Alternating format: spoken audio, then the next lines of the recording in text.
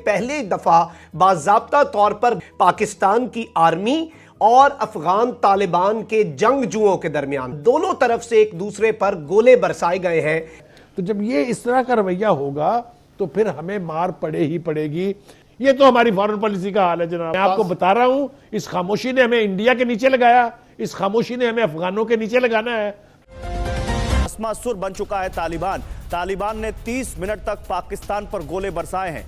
TTP के हमले में 2 पाकिस्तानी सैनिकों की मौत हो गई है। तालिबान ने 30 मिनट तक पाकिस्तान के ऊपर गोले बरसाए। नाज़रीन कराम, इस वक्त पूरी दुनिया और बिलखुसूस पाकिस्तान की मिलिट्री एस्टैब्लिशमेंट की नजरें पाकिस्तान और अफगानिस्तान की सरहद पर मरकूज हैं, जहां पिछले चंद दिनों से हालात कोई इंतहाई खुशगवार नहीं रहे। पहले पाकिस्तान की बाढ़ उखाड़ना और पाकिस्तान की फौज का जो फेंसिंग का अमल है उसमें अफगान तालिबान और उनके इंटेलिजेंस चीफ डॉक्टर बशीर की जानिब से रुकावट डालना और उसके बाद धमकियां दिए जाना और इस तरह की तमाम तर चीजें सामने आती रहीं। लेकिन कल मुल्ला उमर के साहबजादे और अफगानिस्तान के वजीर दिफा मुल्ला याकूब ने खुद वहां पर उस मकाम का दौरा किया, नंगरहार सूबे का दौरा किया और मकामी कमांडर से खुद से जंग लड़ने के इख्तियारात जो हैं वो वापस लेकर आए। लेकिन इस सब के अंदर अब जो खबरें सामने आ रही हैं वो बड़ी तशवीशनाक हैं।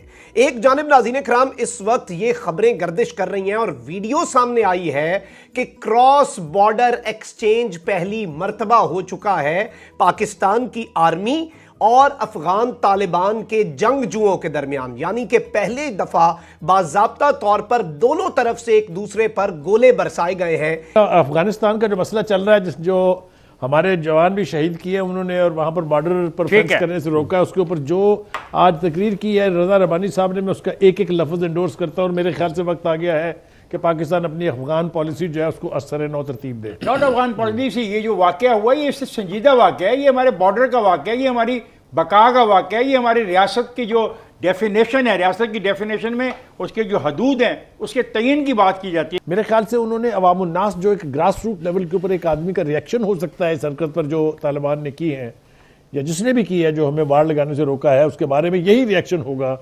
और उसका मुतालबा भी बिल्कुल ठीक है कि अब वक्त आ गया कि हम अपनी अफगान पॉलिसी जो है उसके ऊपर ज़रा गौर कर लें, इसलिए कि हमने पहले भी जो प्रॉक्सी वॉर लड़ी थी उसका नतीजा हमने देख लिया। 40 लाख मेहमान हमारे घर आ गए थे, हमारा अपना गुजारा मुश्किल से हो रहा था, हमने उनको 40 साल से उनको संभाले रखा और भुगता है, आज भी भुगत रहे हैं। दूसरी बात यह कि हर मुल्क की अपनी एक फॉरेन पॉलिसी होती है जो उसके मफादात का और उसके मुल्क के मफादात का यानी अहाता करती है। लेकिन हमारी बदकिस्मती ये है कि हमारे पॉलिसी का फोकस जो होता है या अमेरिका के मफादात का तहफ़्फ़ुज़ होता है या हमारे चंद मुसलमान दोस्तों के मफाद का यानी अहाता वो करती है, अपना मफाद हमारा जो है वो कहीं ना कहीं गुम जाता है इस बीच में। दूसरी बात यह है कि हमने अफगान कॉन्फ्रेंस की बिल्कुल ठीक किया, चलिए हम चाहते थे वहाँ अमन हो जाए, लेकिन हमें साथ साथ उसका इनाम क्या मिल रहा है? अमेरिका हमें मुसलसल कह रहा है do more.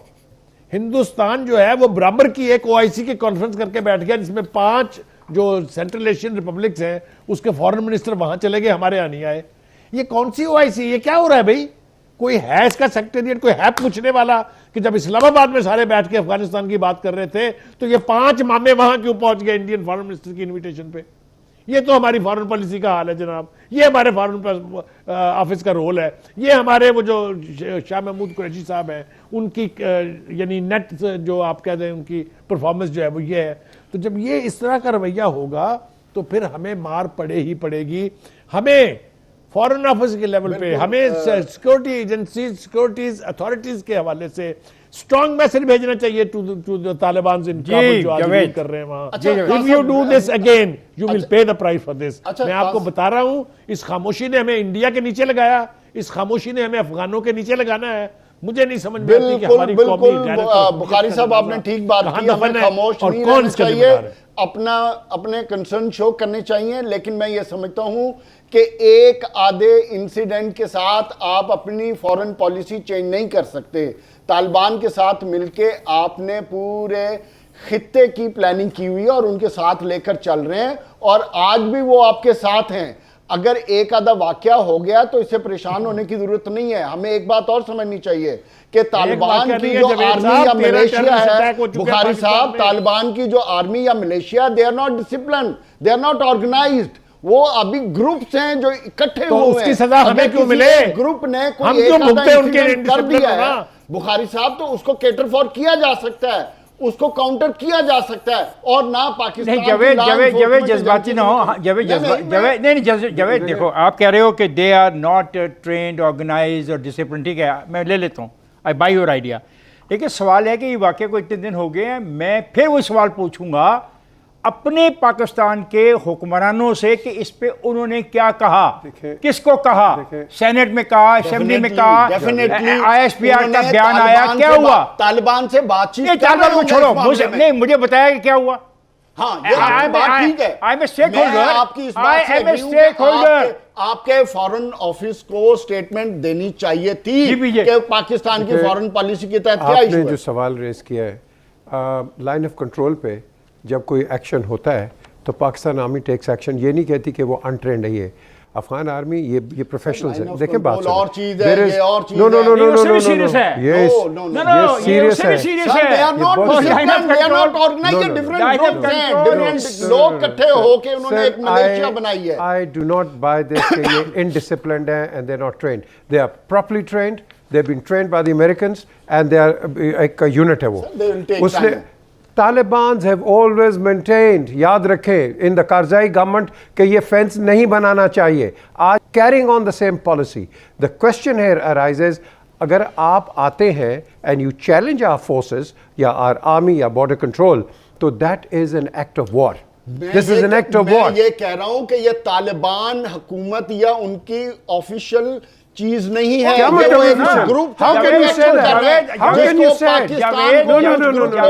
I don't buy this. I don't buy this. Javed, ये बात जो आप कह रहे हो बतौर एक सहाफ़ी के एक प्रोग्राम में, क्या इतने दिन गुजर जाने के बाद हमारी जो निज़ाम है, जो रियासत का निज़ाम चलाने वाले इदारे हैं, क्या उनका फ़र्ज़ नहीं बनता है कि पाकिस्तान के बस हम ये चाहते हैं हम और एक बात याद रखना, वो ट्रेन है, वो नहीं ट्रेन है, वो कंट्रोल्ड है, वो नहीं कंट्रोल्ड है, nobody will be allowed to cross my international boundary, no compromise, not for a foot, compromise होगा भी नहीं, एक फुट के लिए भी नहीं हम कंप्रोमाइज करेंगे, एक इंच के लिए भी कंप्रोमाइज नहीं करना चाहिए। और इनके हवाले से नाज़रीन इकराम आप ये देख सकते हैं ट्वीट भी, Afghanistan Pakistan military shelling and artillery attacks target hamlets in Ganjal, Sukurnu, Kunad on the Durand line. Taliban soldiers retaliated and fired artillery against Pakistan forces. Clashes continued for 30 minutes in the afternoon. यानी कि दोपहर के वक्त 30 minute तक ये clashes जो हैं ये जारी रहे। पाकिस्तान की फोर्सेस जो हैं उन्होंने शेलिंग की और आर्टिलरी अटैक्स किए, गोलाबारी की अफगानिस्तान की सरहद के अंदर, जिसका जवाब तालिबान के सोल्जर्स ने दिया, रिटेलिएट किया और फायर किए आर्टिलरी शेल्स जो होते हैं पाकिस्तान की जानिब। इसके साथ ही साथ नाज़रीन इकराम मैं आपको ये बताऊं कि मजीद डिटेल्स क्या हैं। ये कहते हैं कि clashes have resumed between Taliban and Pakistani military forces, Taliban firing artillery from Sarkano and Dangam districts both on the Durand line. Taliban governor for Kunar instructed Taliban soldiers to fire against Pakistani forces, villagers and tribal elders tell me.